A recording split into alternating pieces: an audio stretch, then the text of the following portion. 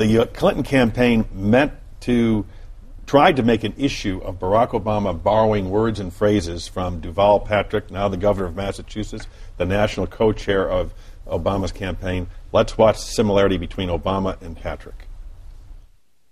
Don't tell me words don't matter. I have a dream. Just words. We hold these truths to be self-evident, that all men are created equal. Just words. We have nothing to fear but fear itself. Just words. We hold these truths to be self-evident. All men are created equal. Just words. Just words. We have nothing to fear but fear itself. Just words. Now, the candidates were asked about that at the debate on Thursday. Here's how Senator Obama responded, then Senator Clinton. The notion that I had plagiarized from somebody who's one of my national co-chairs, who gave me the line and suggested that I use it, I think is silly.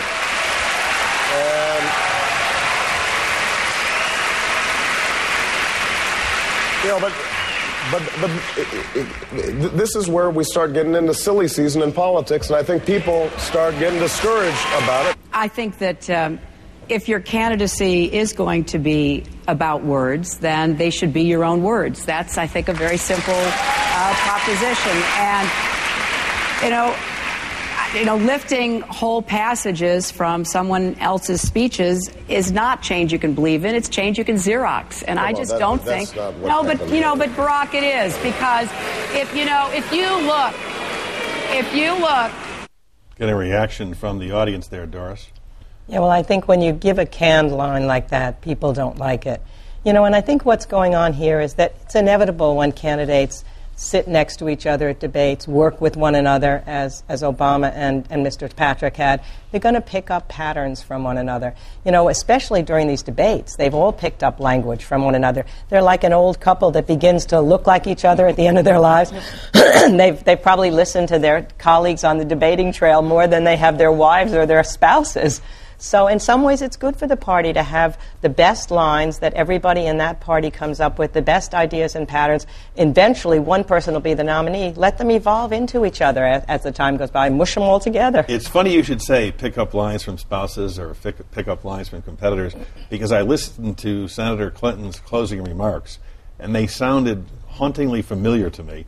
And sure enough, we went back and checked, and this is what we discovered. Here's Senator Clinton and her husband, Bill Clinton, Senator Clinton and John Edwards. Let's watch.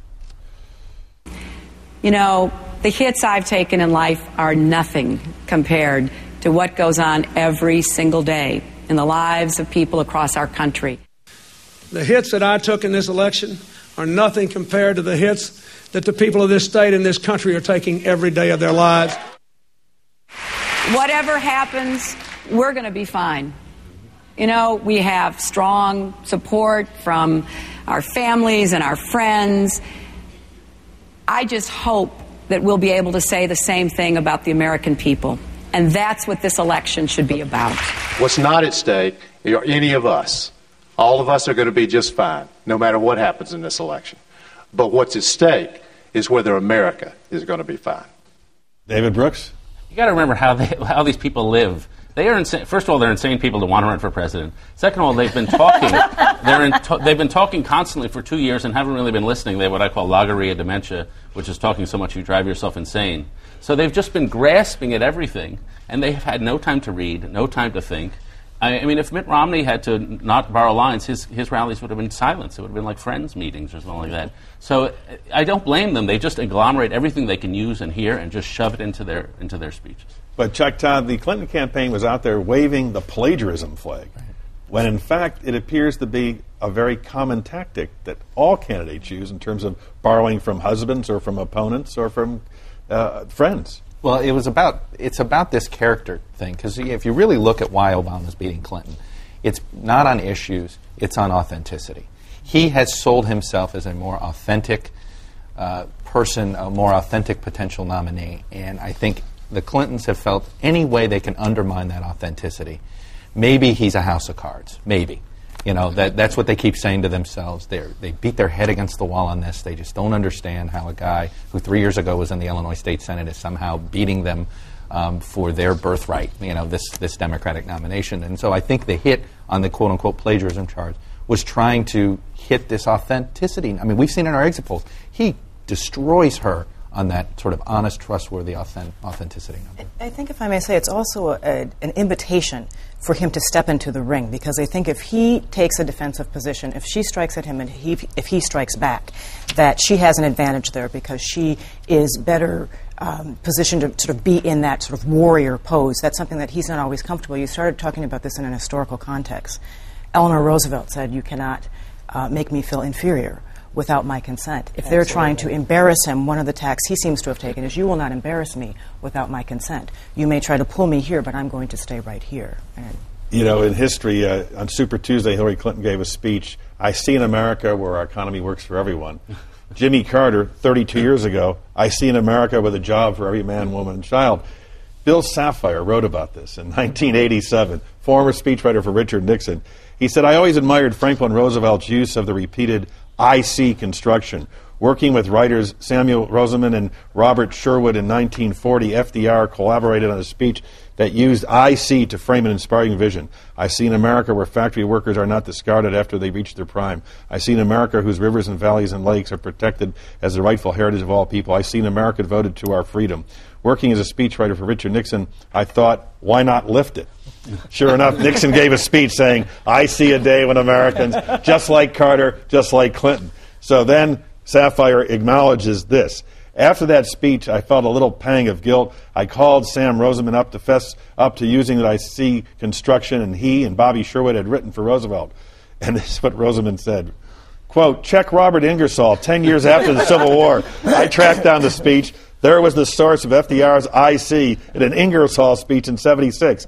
I see our country filled with happy homes. I see a world where clones have crumbled. I see a world where labor reaps its full reward."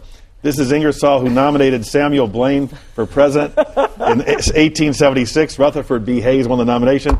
Doris Kearns Goodwin, "I see that politicians have a way of borrowing from one another." Well, look, just as these politicians on the campaign trail are borrowing and absorbing patterns and evolving, so too speechwriters. They look at the best speeches in history. It's inevitable that those patterns are going to get in their heads. You know, and we can't make too much of this. This is the spoken word. It's different from the written word. And it becomes part of what's in there. As you said, there's not that much in their heads anymore that's coming in that's new. So all that's in there is what was there before. Barack Obama has been criticized about rhetoric over substance. David Brooks, ask not what Meet the Press can do for you, but what you can do for Meet the Press. This is what you wrote in your column about Barack Obama having some fun with his status. Up until now, the chosen ones, Obama's speeches had seemed to them less like stretches of words and more like soul sensations that transcended time and space. But those in the grips of Obama come-down syndrome began to wonder if his stuff actually made sense. For example, his hopeness tells rallies that we are the change that we have been waiting for. But if we are the change we've been waiting for, then why have we been waiting since we have been here all along? I was describing what I think is happening, and it's happened to me to some extent. You go to the rallies, you faint, you weep at your phone because you're watching his videos, and then you actually begin to think about him a little more, and you experience a little of a letdown, and you start to think, and I'm amazed that Hillary Clinton has not launched these attacks a little better. How is this 47-year-old guy, he'll be 47 if he's elected president, going to change all these 70-something polarized committee chairmen on the Hill? There have been a lot of bipartisan things that have happened in the last couple of years. The Gang of 14 on judges, immigration, the FISA bill got 68 senators. He's been involved in none of them. So it's fair to ask, and she should do a little of this asking, how exactly are you going to bring this unity about?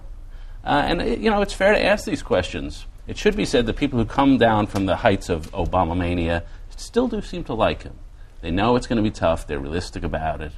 But they think, hey, I share something with that guy, some sense of hope. And that can't be erased. That's still there. What history argues, and I think this is what he's arguing, is that the only time we've seen progressive change in this country is when the country is mobilized to push the people in Congress to action. That's what happened in the progressive movement at the turn of the century. It's what happened in the New Deal. It's what happened in the 60s. And I think that's what he's arguing, that I can't just get it done by myself. I need to have that movement out there that will push us in Washington, me and them included. And that's what I think is the strength of that message that he's trying to espouse.